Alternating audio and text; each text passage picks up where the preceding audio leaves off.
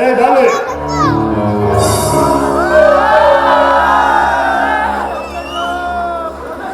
ಆ ಎಲ್ಲ ಸತ್ಯ ಬಿಸ್ನೆಸ್ ಕೆಲಸ ಹಣ ಇಸ್ಕೊಂಡಿದ್ನಲ್ಲ, ವಸೂಲಿ ಮಾಡ್ಕೊಬ ಅಂದ್ನಲ್ಲ, ಹೋಗಿದ್ದೇನಾ? ಹೋಗಿದೆ ಬಾಸ್, ಏನೋ ಬಿಸ್ನೆಸ್ ಅಲ್ಲಿ ತುಂಬಾ ಲಾಸ್ ಅಂತ ಹೇಳ್ಬಿಟ್ಟು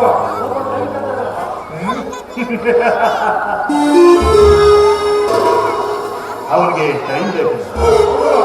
ಒಂದು ಟೈಮ್ ಫಿಕ್ಸ್ ಮಾಡೋ, ನಾವೇ ಹೋಗಿದ್ದು ನೋಡೋಣ. Okay boss.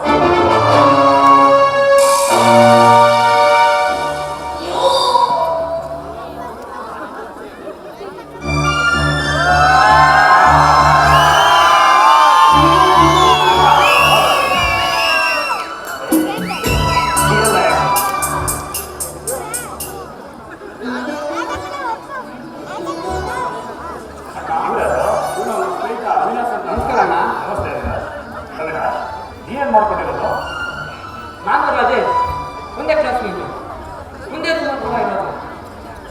ರಾಜೇಶ್ ಊರಿಗೆ ಹೋಗ್ತೀನಿ ಅಂತ, ತುಂಬ ಒಳ್ಳೆ ವಾತಾವರಣ ಅಂದರೆ ತುಂಬ ಇಷ್ಟ, ಹಾಗಾಗಿ ಬಂದಿರೋದು. ಬಹಳ ಸಂತೋಷ. ಅಣ್ಣ, ಕಾಲೇಜ್ಗೆ ಫೀಸ್ ಕಟ್ಟಾಯಿತು, ಒಂದು 50,000 ಹಣ ಹಾಕಿದ್ದಾನ. ರಾಜೇಶ್, ನೀನು ಚೆನ್ನಾಗಿ ಓದಿ ವಿದ್ಯಾವಂತನಾಗಿ ಈ ಮನೆತನದ ಗೌರವನ್ನ ಎತ್ತಿಡಿಬೇಕು. ನೀನು ಚೆನ್ನಾಗಿ ಓದಿ ಡಿಸಿಯ ಬಂದು ಈ ಅಣ್ಣನ ತಲೆ ಕಾಯ್ಬೇಕು. ಅಣ್ಣ, ನೀವು ನಿಮ್ಮ ತಮ್ಮನ ಮೇಲೆ ಅನ್ನ ಕೊಡ್ತಾ ಇದ್ದೀರಿ. ನಿಮ್ಮ ತಮ್ಮ ಬೇರೆ ಸ್ಟೂಡೆಂಟ್ಗಳಿಗೆ ಮಾತುಕತೆ ಇರುತ್ತಾನೆ. ಅನುಮಾನ ಅಂತಲ್ಲ ಅವಿನ, ಇವನು ಹಣ ಸಿಕ್ತು ಅಂತ ನನ್ನ ಕಣ್ಣು ಹುಡುಗಿನಿಂದ ಸುತ್ತು ಕಬ್ಬು ಬಾರು ಕಬ್ಬು ಅಂತ ಟೈಮ್ ವೇಸ್ಟ್ ಮಾಡ್ತಾ ಎಲ್ಲಿ ಹೋಗೋ ಕಡೆ ಗಮನ ಕೊಡೋ ಹೋಗ್ತಾನೆ ಅಂತ ಹೇಳಿದೆ ಅಷ್ಟೇ. ನೋಡೋಣ, ನಿಮ್ಮ ತಮ್ಮ ನಿಮ್ಮ ಮಾತನ್ನ ಖಂಡಿತ ಈಡೇರಿಸ್ತಾನೆ. ನೀವೊಬ್ಬ ಆದರ್ಶ ಯುವಕ, ಅದು ನಮಗೆ ಬೆಸ್ಟ್ ಸ್ಟೂಡೆಂಟ್ ಅಂತ ಕಾಲೇಜಲ್ಲಿ ಅವಾರ್ಡ್ ಕೂಡ ಬಂದಿದೆ. ಹೌದಾ? ಏಯ್ ರಾಜೇಶ್, ನನಗೆ ಹೇಳೇ ಇಲ್ವಲ್ಲ ಈ ವಿಚಾರ. ಅಣ್ಣ, ಇವನು ನಿಮ್ಮ ತಮ್ಮ ಅಣ್ಣ, ನಮ್ಮ ಮನೆತನದ ಗೌರವವನ್ನು ಕಾಪಾಡೋದಕ್ಕೆ ನಾನು ನಿರಂತರ ಪ್ರಯತ್ನ ಪಡ್ತೀನಣ್ಣ. ಅದೇ ಕಣ ನನ್ನ ಆಸೆ ಕೂಡ. ಬೆಲೆ ಏನ್ ಮಾಡ್ಕೊಂಡಿರೋದು? ಅಲ್ಲ, ನಮ್ಮ ತಂದೆಗೂ ಯುಎಸ್ನಲ್ಲಿ ಕಂಪನಿ ಇದೆ. ಅವರು ಅದಕ್ಕೆ ಮುಂದುವರ್ಸ್ಕೊಂಡು ಹೋಗೋಣ ಅಂತ ಕರೀತಾರೆ.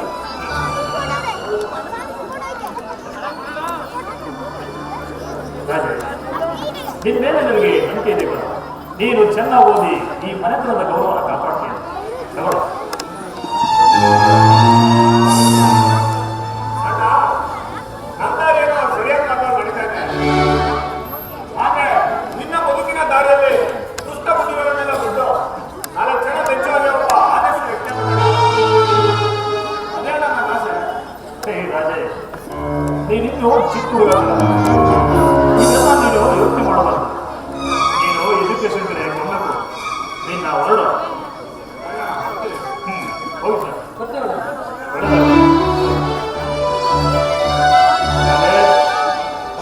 ನೋಡೋದೇನ, ನನ್ನ ತಮ್ಮ ನನಗೆ ಬುದ್ಧಿ ಹೇಳುವಷ್ಟು ದೊಡ್ಡದಾಗಿದ್ದಾನೆ. ಅದೆಷ್ಟೇ ಆದ್ರೂ ನಿಮ್ಮ ತಮ್ಮ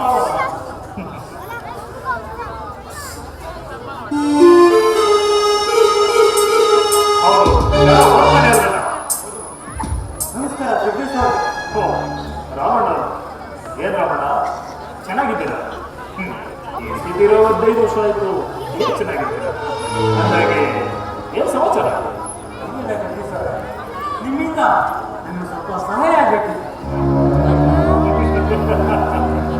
ರಾವಣ, ಈ ಊರಿನಲ್ಲಿ ಜಗದೀಶ್ ಇರೋದೇ ನಮ್ಮದವ್ರಿಗೆ ಸಹಾಯ ಮಾಡೋದಕ್ಕೆ. ನನ್ನಿಂದ ಏನು ಸಹಾಯ ಆಗುತ್ತೋ ಹೇಳಿ, ಖಂಡಿತ ಮಾಡೋಣ. ಜಗದೀಶ್ ಅವರು, ನಾನು ತುಂಬ ತೊಂದರೆಯಲ್ಲಿದ್ದೀನಿ. ನನಗೆ ಸ್ವಲ್ಪ ಹಣ ಸಾಲ ಬೇಕಾಗಿತ್ತು, ಅದಕ್ಕೆ ನಿಮ್ಮ ಹತ್ರ ಬಂದೆ.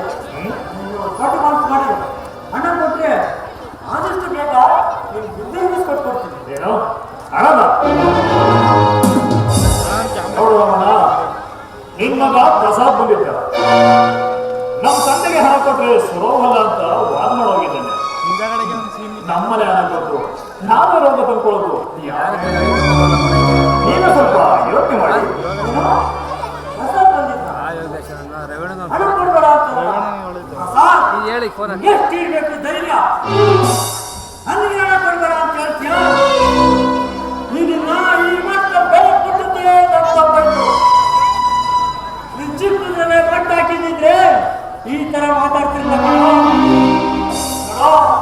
ಬಾ ನಿಮ್ಗೆ ಗತಿ ಕಾಣಿಸ್ತೀನಿ. ಕತ್ತೆ ಬರುವ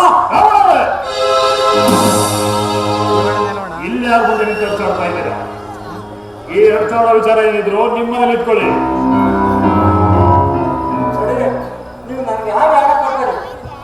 ನನ್ನ ಹೆಸರಲ್ಲಿರೋ ಈ ಆಸ್ತಿ ಪತ್ರನ ಹಣ ಮಾಡಿಕೊಂಡು ಹಣ ಕೊಡಿ.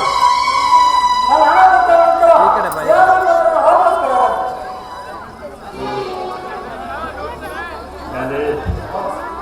ನಾವು ಇಷ್ಟಿನವರೆಗೂ ರಾವಣನ ಯಾವ ಆಸ್ತಿ ಮೇಲೆ ಕಟ್ಟಿದ್ದು ಅದೇ ಆಸ್ತಿ ಕೊಡ್ತಾ ಇದ್ದಾನೆ. ಹಣ ಕೊಡ್ಬಿಡ ಅಂತ ಹೇಳಿದ್ದಾನೆ.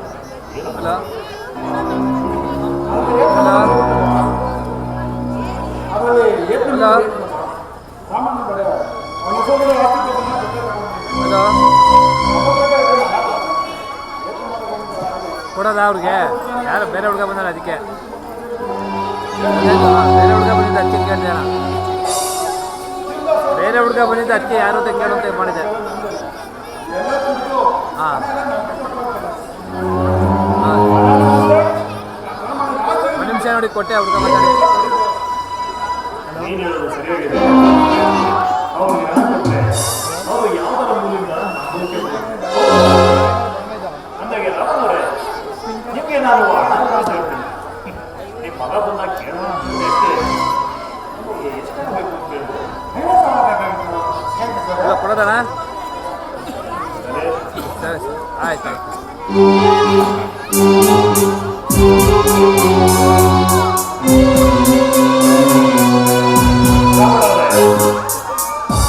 ನನ್ನ ವಿಚಾರ ನಿಮಗೆ ಚೆನ್ನಾಗಿ ಗೊತ್ತಿದೆ. ನಾನು ಕಾಗದಪತ್ರದಿಂದ ಯಾವುದನ್ನು ಮಾಡಲ್ಲ. ಗಿಫ್ಟಿಗೆ ಆ ಪೇಪರ್ ತಗೊಂಬಲ್ಲ.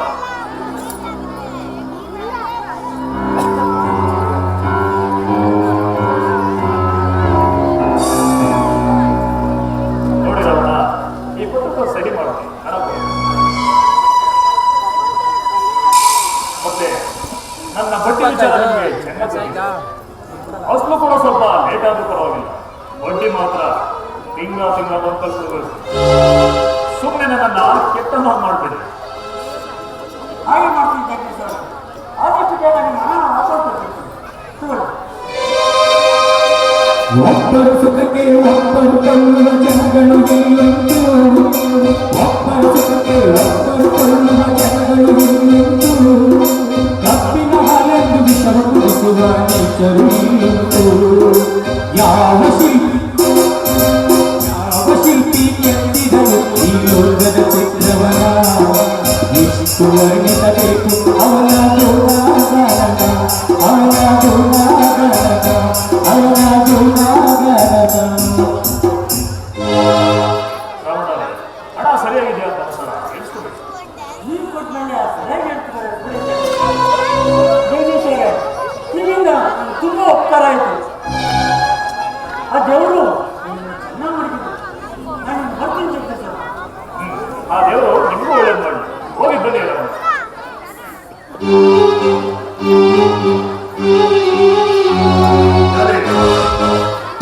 ಆ ಪಟ್ಟಣ ಸತ್ಯ ಹಣ ಇಸ್ಕೊಂಡಿದ್ನಲ್ಲ, ಅದನ್ನು ಕೇಳ್ಕೊಬ ಅಂದಲ್ಲ, ಹೋಗಿದ್ದೀಯಲ್ಲ?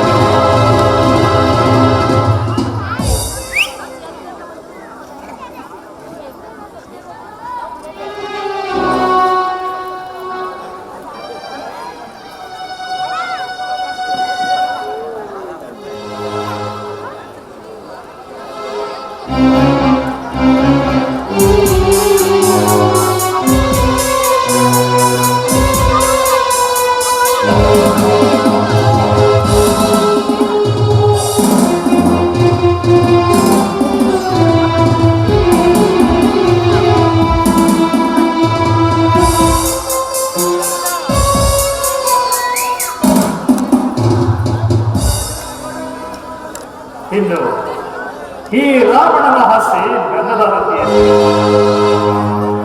ಆ ರಾವಣ ಹಣ ವಾಪಸ್ ಕೊಟ್ಟು ಈ ಆಸ್ತಿ ಪತ್ರನ ಬಿಡಿಸ್ಕೊಂಡು ಹೋಗೋದು ಅದು ಸಾಧ್ಯವಿಲ್ಲ.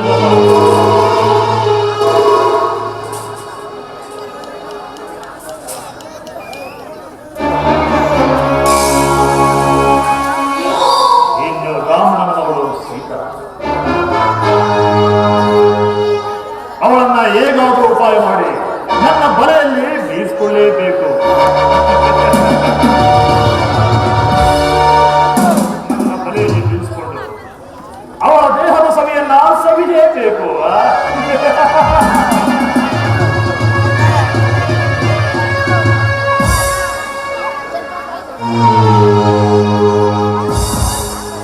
ಶಿಲಾ ಬಾಲಕಿಯಲ್ಲಿ ಬೀರಿಸುವಂತಹ ಚೆಂಗುಲಾಗಿಯಂತಹ ಅವಳ ಚೆಲುವು, ಸೂರ್ಯನ ಮಧ್ಯೆ ಒಂದು ಹಾದು ಹೋಗುವ ಮೋಡದ ಹಾಗೆ ಸೀತಾ ನನ್ನ ಕಣ್ಣ ಮುಂದೆ ಹಾದು ಹೋಗಿ ನನ್ನ ಮನಸ್ಸನ್ನ ಕದಲಿದ್ದಾಳೆ.